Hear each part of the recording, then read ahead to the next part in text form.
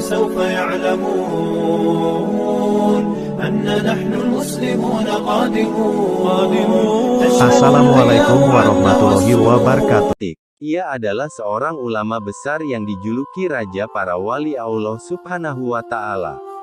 Beliau adalah kekasih Allah yang sangat dimuliakan oleh umat Islam hingga saat ini, dan tiada ikhtilaf tentang kewalian beliau karena ketaatannya kepada Allah Subhanahu wa Ta'ala. Syekh Abdul Qadir juga diberikan banyak karomah dan kemuliaan.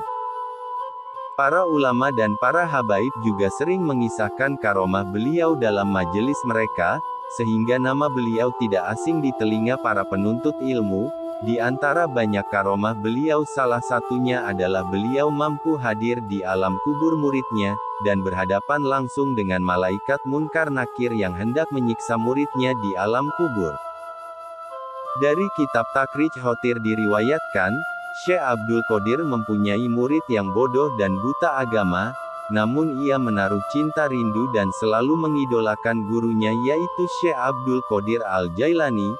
Sama yang seperti kita sewaktu duduk di bangku sekolah ada siswa yang pintar dan ada juga siswa yang bodoh, namun disinilah perbedaan dan kelebihan antara ilmu dunia dan ilmu akhirat, walaupun kedua ilmu itu sama-sama penting untuk kita pelajari.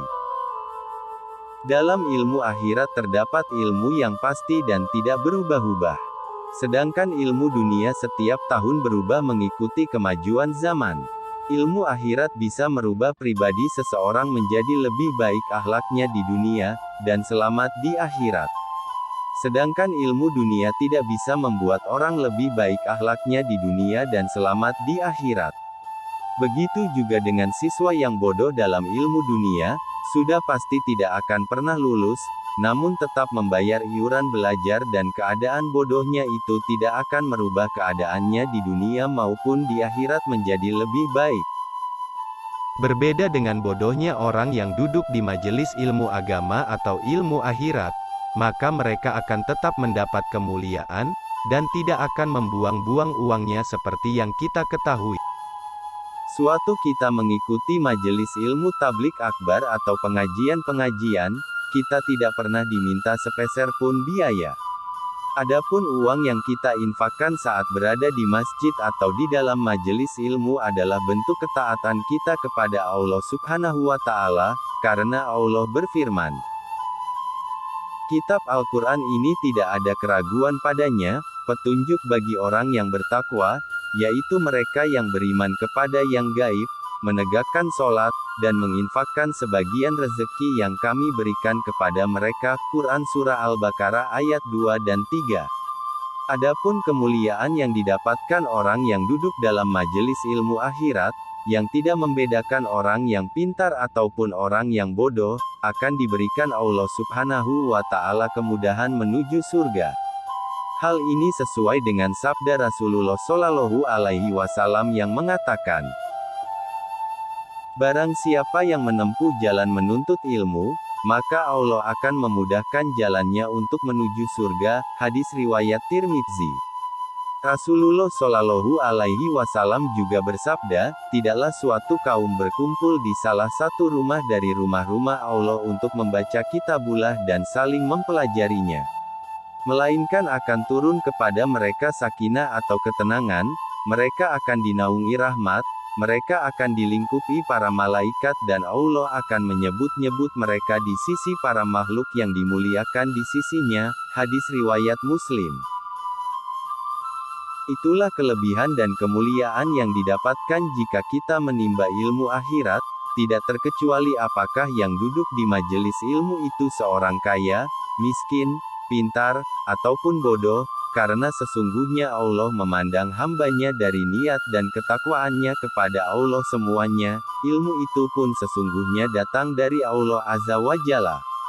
Murid Syekh Abdul Qadir yang bodoh itu sebenarnya bukanlah karena kesengajaannya dalam bermalas-malasan dalam menimba ilmu yang diajarkan oleh Syekh Abdul Qadir, tetapi karena keadaannya yang susah untuk menangkap dan memahami ilmu yang diajarkan sang guru mulia. Walaupun di setiap majelis sang guru dia selalu hadir, tetapi tetap saja ilmunya tidak bertambah sedikit pun. Syekh Abdul Qadir sebenarnya mengetahui kekurangan dan keadaan muridnya itu, namun ia yakin di balik semua ini pasti Allah punya rencana lain, dan seiring berjalannya waktu, proses belajar dan mengajar di majelisnya Abdul Qadir terus berlangsung, namun ada hal yang tidak biasa terjadi. Sang murid yang bodoh itu tidak pernah lagi hadir dalam majelis Syekh Abdul Qadir. Murid-murid yang lain juga merasa kehilangan dan mencari tahu keadaan dan keberadaan murid yang sudah lama tidak menghadiri majelis sang guru mulia. Setelah lama mencari, akhirnya mereka mendapatkan informasi bahwa sahabat mereka telah meninggal dunia. Seperti yang kita ketahui, setelah meninggal dunia, maka kita akan ditanyain di alam kubur oleh para malaikat Munkar Nakir. Hal itu pun dialami oleh murid Syekh Abdul Qadir Al-Jailani. Malaikat pun bertanya kepadanya, "Siapa Tuhanmu, siapa nabimu, dan apa agamamu?" Si murid menjawab, "Saya tidak tahu, yang saya ketahui hanya guruku Syekh Abdul Qadir, beliaulah yang sangat kucintai." Mayat murid itu selalu memanggil-manggil Syekh Abdul Qadir. Sehingga malaikat Munkar Nakir merasa bingung menghadapi kejadian ini, lalu hal ini diajukan kepada Allah Subhanahu wa Ta'ala. "Ya Allah, Engkau yang maha mengetahui tentang jawaban mayat hambamu ini, untuk hal ini saya serahkan kepadamu ya Allah." Allah Subhanahu wa Ta'ala berfirman kepada malaikat kubur, sebagaimana mestinya setelah mendengar perintah dari Allah Subhanahu wa Ta'ala, maka malaikat itu pun langsung mengambil pedangnya dan hendak menyiksa si mayit. Pada saat malaikat Munkar Nakir akan melaksanakan siksaan sebagaimana perintah Allah Subhanahu wa Ta'ala, tiba-tiba Syekh Abdul Qadir muncul di alam kubur muridnya. Syekh Abdul Qadir berkata, "Wahai malaikat Munkar Nakir, mayat muridku jangan disiksa, karena ia sewaktu hidupnya termasuk orang yang bodoh dan tidak tahu tentang agama, yang dia ketahui hanyalah aku."